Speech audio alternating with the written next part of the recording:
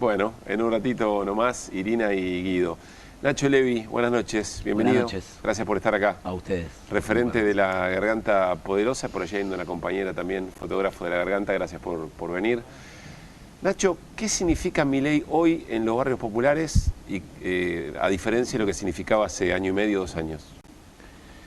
Me parece que hace 2 años se presentaba como una esperanza de lo desconocido.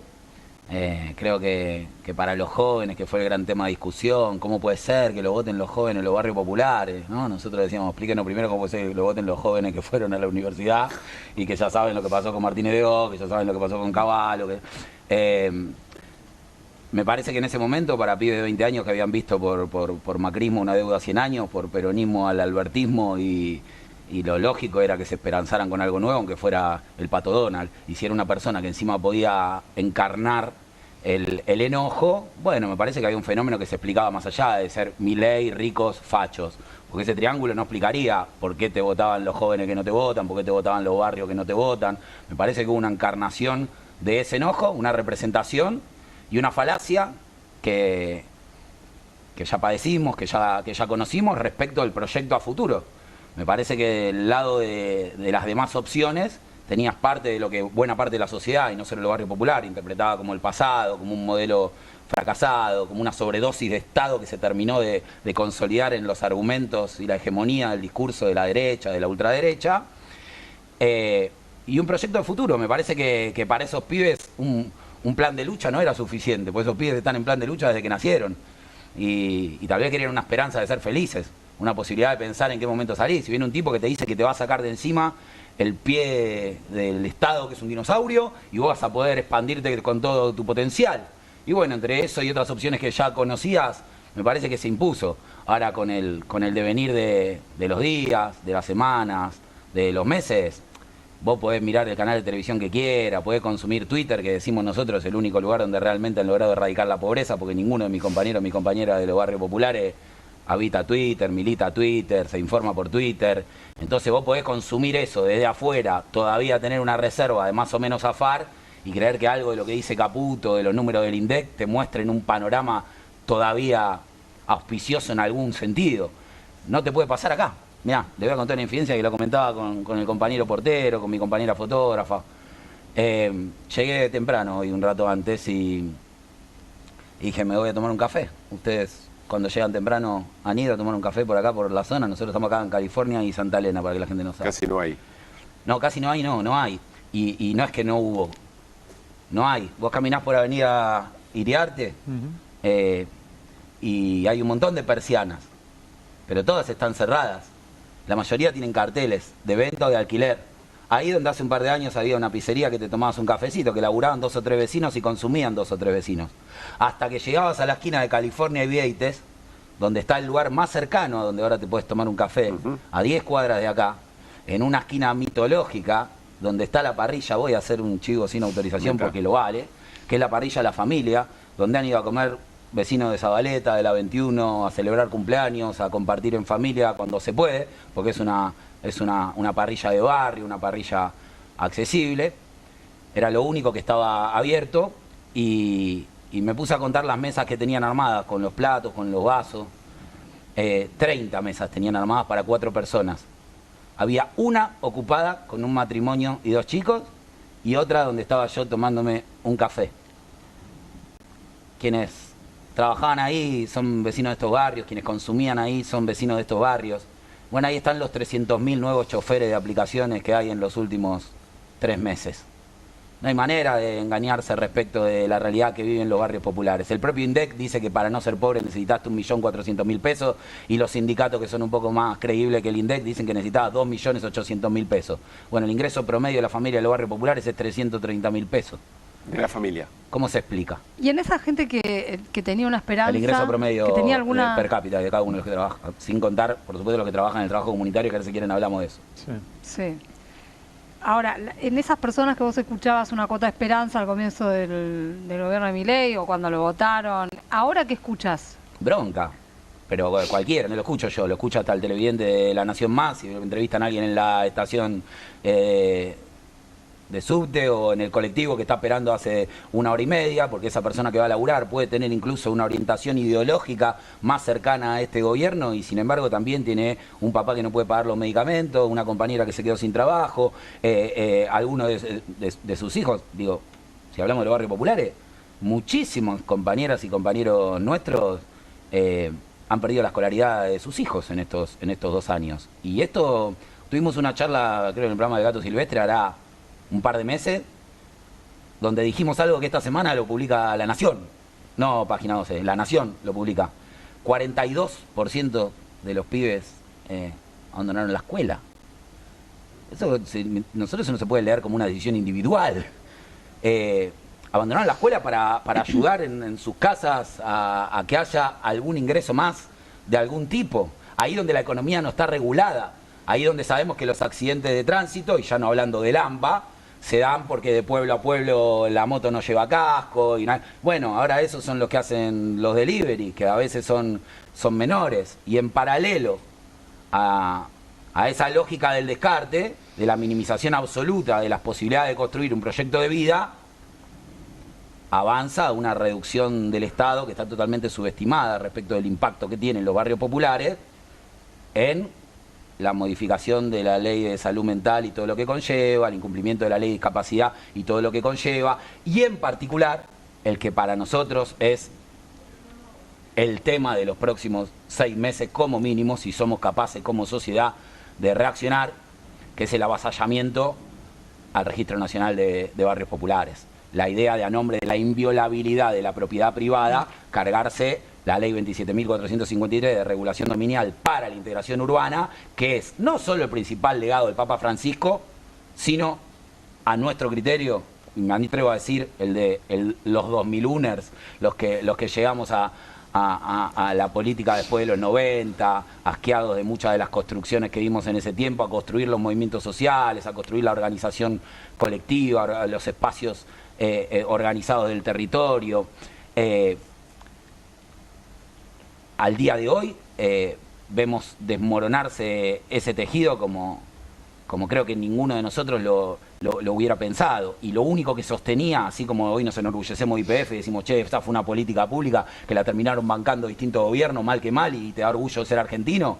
Bueno, permitime decirte que la ley de integración urbana, que apareció en la luz de los medios mainstream en el 2016, apareció fundamentalmente de la mano de Juan Graboy, que en esa época vivía en el sur y empezó a armar los esquemas de cómo sería, qué poder hacer un censo en los barrios, y no lo habló con un compañero del partido que gobernaba, o sí, la terminó hablando con Stanley, y fue criticado por eso.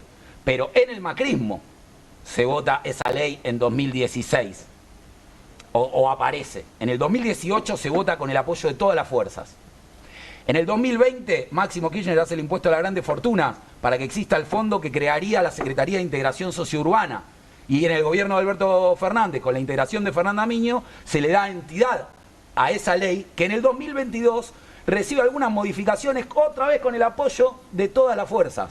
Esa es la ley que permitió se haga el Registro Nacional de Barrios Populares, que nos permite saber que hoy hay 4.647 barrios populares, donde viven 5 millones de personas, donde viven 2 millones de niños, y que entre otras cosas frenó los desalojos a 10 años, porque el 73% de esos barrios ya tenía más de 20 años de existencia.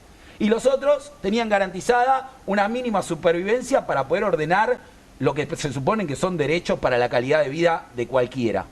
Ustedes empezaron el programa hablando de Jorge Macri y de lo que pasa en la ciudad. La ley de inviolabilidad de la propiedad privada echa por tierra esa ley. Viene a descentralizar la responsabilidad del gobierno nacional respecto de esas garantías para que a nivel municipal, provincial, se pueda autogestionar a criterio, por ejemplo, de Jorge Macri en la capital federal.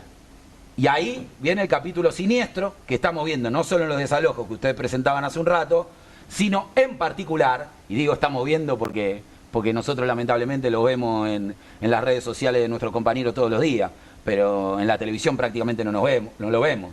Lo que está pasando en la 31 es terrorífico, En la 31 hay vallas, en la 31 hay desalojos, en la 31 hay clausuras, en la 31 hay incautación de parrillas, incautación de mercadería, incautación de puestos. Hay una prohibición al laburante que está en la venta ambulante de supervivir, porque de esa manera se vuelven socios del narcotráfico que dicen combatir. Después, si quieren, hablamos de esas alternativas de empleo que ofrece esa red que hizo metástasis a contraluz de este desabastecimiento absoluto del Estado. Pero quiero poner bien sobre la mesa lo que está pasando en la 31. Esas imágenes que creo que nosotros las compartimos la semana pasada, de un policía que le sacaba los alfajores de una canasta a un pibe que estaba vendiendo. Eso era en la Costanera. Una mujer que vendía palta, que también, otra que la habían ahorcado porque estaba vendiendo ropa usada, creo que era en Parque Avellaneda. Si no Esto viene hace varias semanas. Si googlean van a encontrar lo que fue la movilización del 24 de marzo de este año en la Villa 31, motorizado por una reacción que viene a responder a este homenaje a Cacciatore que le están haciendo en la ciudad. Un gobierno que estaba dormido a todas luces como mínimo y despertó para esto. Despertó incentivado por la desregulación de la Ley de Integración Urbana, que es básicamente el despojo de todos los derechos habitacionales de los vecinos de los barrios populares, el mayor atropello que podría existir al legado del Papa Francisco, y que vino a poner a la 31 en una situación no de vulnerabilidad, de riesgo muy serio porque de esos 4.647 barrios populares, hay 300 que si realmente arrollan esta ley están en un peligro de desaparición inminente. Ahora la 31 tiene 70 años, tiene el legado del padre Mujica también. Ahí en la 31, hoy las vallas podrían impedir que pase una ambulancia y se muere un vecino como se murió Humberto Zapito Ruiz en 2011 durante el gobierno de Mauricio Macri en la ciudad, porque la ambulancia no entró a buscarlo.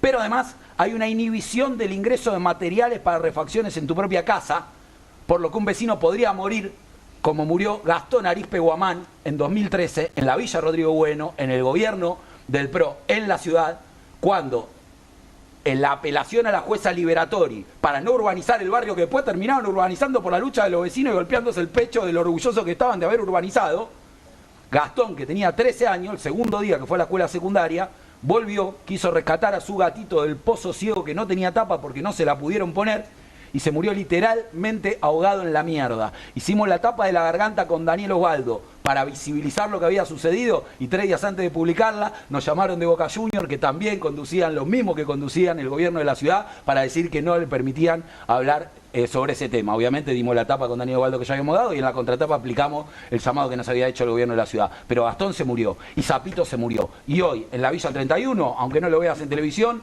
no puede entrar una ambulancia y no pueden entrar materiales. Nacho, ¿qué pasa con, recién dijiste, en esas tareas de supervivencia, esas ventas ambulantes de supervivencia que no se pueden hacer? Decías, se van a lo narco.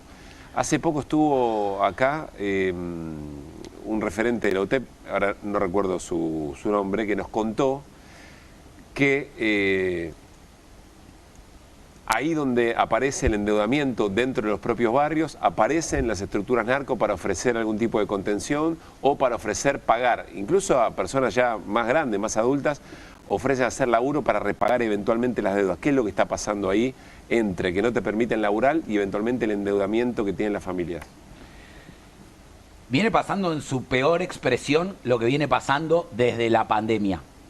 Y esto es importante decirlo, para que tal vez del otro lado, quien realmente cree que todo lo que viene de este lado tiene un sesgo vinculado a la rosca de la política partidaria, entienda que esto lo venimos diciendo de las organizaciones sociales, de los barrios populares, de hace mucho tiempo. Aquel famoso acto donde Alberto Fernández dijo garganta profunda en vez de garganta poderosa, no era un acto de Alberto Fernández, era un encuentro de UNESCO de cara al Foro Social Mundial, donde habíamos ido con Adolfo Pérez Esquivel a pedir por favor que dentro de los 140 ítems apareciera la palabra narcotráfico, porque era de lo que se estaba hablando en todas las mesas de nuestro barrio, o porque te cobraban una cuota para no balearte tu casa, porque ya le habían ganado el territorio no a otra banda sino al Estado, o porque te cobraban para no matar a tu hijo que lo tenías preso, o porque era el que te prestaba para sacarte de una situación. Bueno, imagínate ahora que hemos visto el deterioro que vimos del tejido social, cómo creció ese estado paralelo. Yo te lo puedo poner en números sin ningún problema. Hablábamos recién de en qué situación están los comercios del barrio, hablábamos de cómo creció la oferta de choferes de aplicaciones. Y yo vengo citando en varios lugares a Sergio Palazzo para explicar lo que ustedes explicaron de manera muy detallada en el cuadro ese, que es, che, creció el consumo con tarjeta de crédito en los supermercados para pagar comida. Hace mucho de esto ya. Después lo que creció fue la billetera virtual, porque ya no podía con la mora que tenías en la tarjeta de crédito. Según el Observatorio Villero de La Poderosa y de la UBA, más del 40% de los vecinos de los barrios populares tienen una mora que no pueden pagar y antes del 10 se quedan sin la guita de ese mes. Cuando vos no le podés pagar a la tarjeta de crédito y no le podés pagar a la billetera virtual, ¿a quién te pensás que le vas a pedir? Al que te puede prestar. En los barrios el que te puede prestar es ese. Y ese que te presta, el financista narco, no aparece en los cuadros de la tele. Esa mora no está, esa deuda no está. ¿Sabés cuándo aparece? Cuando aparece en policial una noticia a la que llaman ajuste de cuenta. Así se salda. Entonces, cuando no le puede pagar al banco, lo sabe toda la gente de clase media laburante que está mirando, es jodido. Y más con la escala en la que la mora se te va, se te va, se te va. Después te metiste la billetera virtual. Y después te metiste con ese. Entonces hay un momento que para no terminar en la tumba tenés que terminar en la cárcel, porque para poder pagar tuviste que vender. ¿Y cómo te metes en esa estructura? Hay un montón de estratos en los que podés entrar porque necesitabas un préstamo para zafar de tal lugar y eran los que te prestaban, porque te exhortaron a hacerlo. Vos tal vez tenías muchísimas familias que durante muchos años fueron intransigentes en su moral antitranza. Y no es que claudicaron éticamente, se quedaron sin alternativa. Se quedaron sin alternativa quiere decir que si no me das 250.000 cada 15 días, yo te voy a valer al frente de tu casa. Y pero si yo no te puedo dar 250.000, y entonces vendé. ¿Y vendé cómo? Mirá, si vos sos bolsera o bolsero y vas con una bolsita vendiendo en la fila del colectivo, te vas moviendo para que sea menos rateable, puedes ganar hasta 90.000 pesos por día, que son 2.700.000 pesos por mes. Si vos sos fierrero o fierrera y vas cuidando con un caño al que venden la bolsita, podés ganar 100.000 pesos por día, que son 3 millones de pesos por mes. Si vos sos satélite, que vas custodiando a la distancia, si viene un allanamiento, haces el contacto, si tenés 115 por día, que son 3.400.000 por mes. Y si te animaste que tu casa sea un búnker, un lugar donde entonces puede vender entre 3 y 5 millones de pesos por día. Y el que más recauda de toda esa cadena es el policía, que se puede llevar 3 millones por búnker y si recauda de 10 búnker se puede llevar 30 millones. Porque no hay manera de explicar el negocio policial sino narcopolicial, ¿eh? Así que cuando le vienen a decir que van a combatir al narco dándole más poder a eso, por ahí no es. Por ahí no es. Por bajar la ley de punibilidad no es. Para que estos pibes... ¿Sabés cuántos chicos de los barrios populares trabajan hoy antes de los 18 años? No lo digo yo, lo dice el diario La Nación. 79% los vagos antes de los 18. El 79%. Que le faltaba cultura del trabajo. No, tenés sobredosis de cultura del trabajo. Vieron que su abuelo trabajaba 24/7, que su viejo trabajaba 24/7 y que ellos tienen que dejar el colegio para ayudarlo porque igual la plata no alcanza. Le estamos enseñando que por ahí no es y después le estamos diciendo que van a ir presos a los 14, a los 12, a los 9, a los 5. Nacho, ¿por qué te decís, por qué no explota? Capaz que ya explotó y nos estás narrando la explosión, digamos. Pero ¿por qué no aparece como apareció en otros momentos, donde efectivamente había una conflictividad mucho más visible que preocupaba a las estructuras que evidentemente hoy no ven lo que pasa entre los barrios? Porque no se acabó la conflictividad, se acabó la cultura de lo colectivo. Explotar es algo colectivo. Implosionar ya no implosionamos. Hay un chico de entre 10 y 19 años que se quita la vida por día. ¿A vos te parece que no explotamos? Vos sentate a hablar en una mesa con tus amigos, con tus compañeros de laburo, con los que están acá, que tienen laburo. Y decís, che, ¿sabés que tuve un ataque de pánico, boludo? No tengo duda que en cualquier espacio lo voy a decir yo también. Burnout, ataque de pánico. También, publicado esta semana, SIG. ¿Qué es burnout? Una saturación de... No lo voy a explicar yo técnicamente, pero es parecido, claro. Es como que llegaste a una instancia en la que el estrés... Ahora, cuando vos vivís en estas condiciones económicas, cuando tu viejo se te murió porque no podía comprar un medicamento, cuando tu hijo dejó el colegio y ahora lo tenés al borde de la muerte todos los días, es difícil mantener la salud mental. Entonces vos cuando hablas en un entorno de clase media, por ahí te dices, sí, yo tuve que ir al psiquiatra, estaba yendo al psicólogo y yo me llevo el clona en la cartera a todos lados porque si no, no puedo vivir. Y a mí antes me daban la motrigina y ahora me dieron ketamina. y vos después vas a la 31 de 7 barrios, ¿cuánto tiene? 70 años. ¿Y cuántas personas viven? Y más de 80.000 personas. ¿Y cuántos psicólogos hay? 2. ¿Y vos viste alguna vez? Vos preguntaste qué es un burnout porque nunca viste en un diario que digan un burnout en la 1114. Un panic attack en la Villa 31. No, ahí es un drogadicto violento de mierda que le clavó 114 puñaladas al perro. ¿Qué le pasa a ese tipo? Y le pasa lo mismo que vos, pero no tiene pasa medicación. Entonces, implosionados, estamos implosionados. Y no estamos explotados porque han arrasado con lo colectivo. Por eso el camino de la recomposición es reconstruir los espacios colectivos, dejar de retroceder, salir todas y todos juntos a defender la ley de barrios populares.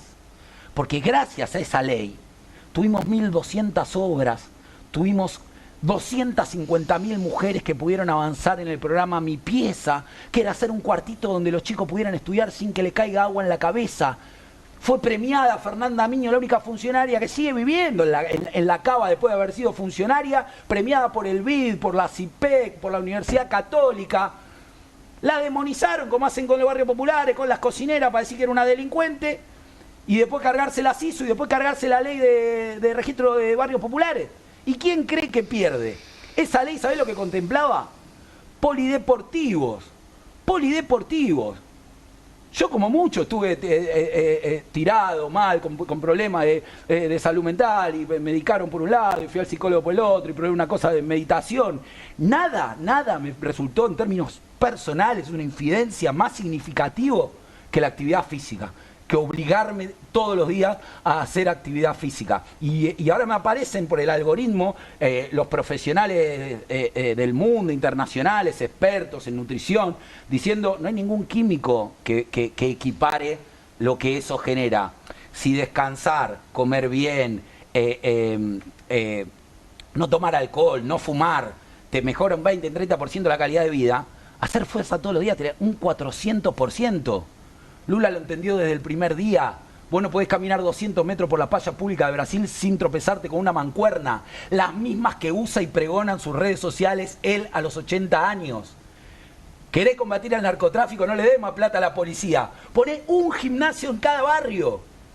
Si los pibes de 18 o 20 que tienen acceso a las mejores drogas, a las mejores que no existen, a las más caras, quise decir, a las fiestas electrónicas, muchas veces la dejan porque terminan eligiendo esa otra droga del gimnasio, de lo que te produce en el cuerpo, en la mente, socialmente. ¿Por qué no ofrecemos esa competencia a los que compran las peores drogas también?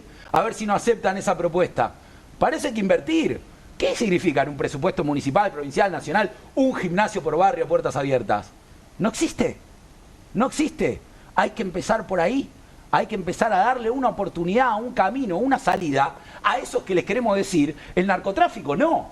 Porque en tanto le estemos diciendo que la única alternativa de supervivencia es meterse en esa y que vamos a arrasar con esa, aunque no sepamos cómo, sin que haya otra, y va a ser difícil. Nacho, ¿cómo haces para, fuiste muy claro en términos de la destrucción o el desmoronamiento de todas esas estructuras colectivas que uno recuerda en la previa del 2001 y todos esos años anteriores habían generado una enorme cantidad de trabajo, de armazón colectiva, que después se expresaba en las asambleas populares. Bueno, le dieron forma, digamos, a una salida en ese sentido en aquel momento. Vos decís, bueno, eso se rompió. Hay evidentemente quienes tienen ese objetivo de romperlo, de desorganizar, etcétera, de romper vínculos. Pero hay otro sector de la política que apuestan a eso. ¿En qué crees que están errando? ¿Quiénes desde la política intentan la reconstrucción de todas esas redes? ¿O observan lo que estás contando y entienden que ese es el camino? No, primero que abrazo a esas compañeras, esos compañeros, incluso de distintas fuerzas del campo popular, que no tengo duda, que están dentro de las instituciones, dando las peleas que otros estamos dando por afuera de las instituciones. Sí. Que la Poderosa no tenga una terminal institucional o partidaria no quiere decir que nosotros no reconozcamos absolutamente funcional a nuestra batalla. La lucha que da Juan, la lucha que da Miriam, la lucha que dan muchos que están igual de cerca o metidos y peleándola desde siempre, tratando de ganar espacio. La asimetría de fuerza está difícil, pero yo creo que las organizaciones sociales, lo que en su momento le dimos a ese tejido de cuidado comunitario, no fue fundación, fue visibilidad, porque esa red de cuidado preexisten al nacimiento de todos nosotros. Son las mujeres de los barrios populares las que se pararon en los techos de las casas cuando el padre Daniel de la Sierra cada 30 cuadras usaba los parlantes de la KQP para lo mismo que Mujica en la 31 y decía van a venir a desalojar, y las mujeres de los barrios populares se paraban en los techos. Y en 2001 con Maxi Darío las mujeres de los barrios populares revolvían la olla. Y en el 2021 las mujeres de los barrios populares como Ramona salían a denunciar la falta de agua y atendían las postas de salud para los vecinos. Esas compañeras trascendieron a las organizaciones. Y cuando Milei pregunta por qué no están los cadáveres en la calle, porque están esas compañeras. Esas compañeras, la Negra Albornoz, que es una referenta de esas compañeras, una referenta nacional de La Poderosa, las llama trabajadoras de la triple jornada. Porque son compañeras que trabajan en sus propios hogares, en el comedor, que es el hogar de todos en el barrio, y en los hogares de gente que les puede pagar una moneda para existir. Ahora le llama trabajadora de la cuádruple jornada, de la quíntuple jornada, de la sextuple jornada, porque trabajan en 6, 7, 8 casas de familia. Cuando terminó el gobierno de Alberto Fernández, no que nosotros estábamos diciendo, ay, estamos bien los comedores, no pasa nada. No, estábamos diciendo, reconozcan el salario de estas compañeras. Porque Arroyo iba a la tele y decía, mandamos alimento para 10 millones de personas, y las organizaciones sociales decíamos, ¿qué es la cocina? ¿Qué es la cocina? Esas compañeras hay que reconocerlas en algún momento de la historia. Estábamos discutiendo con un gobierno que se presentaba progresista ese derecho postergado. A esa compañera no le dieron el salario, le sacaron los alimentos y ahora le quieren sacar los 78.000 pesos que le pagaban por mes. Por suerte hubo una cautelar ahora que ordenó mantenerla. Son 950.000 mujeres. Les pido, por favor, si queremos dejar de retroceder, esté donde esté parado ideológicamente, banquemos la ley de barrios populares como bancamos discapacidad, salud, educación, jubilados. Lo necesitamos. Y en particular, esas compañeras que son la madre de todas y todos nosotros. Si vos vivís en un country y lo único que te importa es que no te entren a chorear, esos pueden tener un camino mejor gracias a esas compañeras, y sin esas compañeras esto sería mucho peor. ¿Sabes lo que es 78.000 pesos por mes? El Observatorio Villero estudió que en promedio esas compañeras, porque no es solo cocinan, van a buscar las donaciones, limpian el comedor, inventan un baño, cuidan un hijo, le cuidan el hijo de la otra cocinera que tiene que ir a trabajar afuera en el momento. En promedio 4 horas por día, 20 horas por semana, 80 horas por mes. ¿Cuánto sale la hora? 975 pesos. Y se la quieren sacar. Nacho, la última de mi parte. Voy a la superestructura de la política, lo que vemos todo el tiempo en noticias. Fulano se reunió con tal se posicionó. Bueno, da la sensación que se aceleraron los tiempos, no importa por qué, pero todo el mundo está haciendo un movimiento, ¿no? Desde Pablo Roca, que habla con Macri y le dice no desaparezca el PRO, que es lo racional, el gobernador Kicillof, que se va efectivamente afuera y trata de reconstruir desde ahí, aparecen nuevos personajes, sector del peronismo que van... ¿Qué está viendo ahí? ¿Qué te provoca eso? Para empezar, esperanza, porque si algo hace falta es movimiento. Así que bienvenidos los movimientos, bienvenidos las charlas de las compañeras y los compañeros que no se hubieran encontrado por diferencias menores, por diferencias personales, por diferencias de tradición. Me parece que la época impone. La época impone, la derecha siempre lo entiende rápido, se toman 4 cafecitos y la que ponía bomba en jardines de infantes pasa a ser tu mejor amiga. Me parece que de este lado hay que hacer esos movimientos y los vengo viendo. Los vengo viendo y los celebro. De hecho, en defensa de lo que está pasando con los barrios populares, nos encontramos ahí en la 31 un montón de tradiciones todos juntos. Ahora esta semana presentaban una ley para hacerle frente al endeudamiento de los barrios populares, Hagman y Saracho, y al mismo tiempo el Pitu Salvatierra convocaba una mesa de barrios populares que está integrada por un montón de tradiciones para discutir con los datos del Observatorio Villero de qué manera se puede avanzar y más amplio el espectro también, porque yo celebro, por ejemplo, cosas que hoy en La Poderosa podemos trazar con Juan Maqueira, que fue funcionario de desarrollo del gobierno de Larreta y hoy lleva adelante Un Techo para mi País, con María Migliore, que estaba dentro del gobierno de la ciudad y hoy está al frente de la Fundación Fundar, o los chicos de Jóvenes por el Clima, o compañeros con los que antes por ahí no nos cruzamos tanto, y hoy podemos empezar a pensar que hay que construir un tejido mayor entre quienes vemos que esa necesidad existe. Me parece que del otro lado van a hacer lo mismo, pero que nuestra sociedad madura y nuestra juventud también, y hay un palo que algunos nos pegamos antes, que nuestra juventud ya se lo pegó ahora también. Entonces tal vez vos creíste en tu buena fe que estos iban a cargar a la casta, y ahora te diste cuenta que es la selección nacional de todos los tiempos de la casta, porque antes Bullrich y Scioli por lo menos alternaban. Ahora están los dos juntos, más las nuevas incorporaciones, que son los Adorni de la vida, que eran monotributistas hace 10 minutos y ahora son nuevos ricos con la tuya. Entonces me parece que si ese desencanto se puede encarnar, como se encarnó el desencanto anterior, y de este lado hay la grandeza suficiente para dejar mezquindades de lado y para dar espacio a lo nuevo, para que veamos las caras de los jóvenes en la centralidad de la toma de decisiones, arriba de los escenarios, como la vimos en la vigilia del 24 de marzo, que se llenó de caras jóvenes el escenario y se llenó de caras jóvenes la plaza, o como la vimos el otro día en la misa del DJ. Me parece que pensar los formatos, escuchar lo que los jóvenes piden, no es una cuestión estratégica, no es una cuestión de altruismo, es una necesidad que se impone. Porque ahí vienen las nuevas ideas, las nuevas fuerzas, la comprensión del mundo que estamos viviendo. Entonces no hay otra manera que dar espacio a esas voces nuevas, a esas nuevas gargantas, para que el camino que se alumbre sea un camino de renovación verdadera. Gracias, Nacho, por haber venido. A ustedes.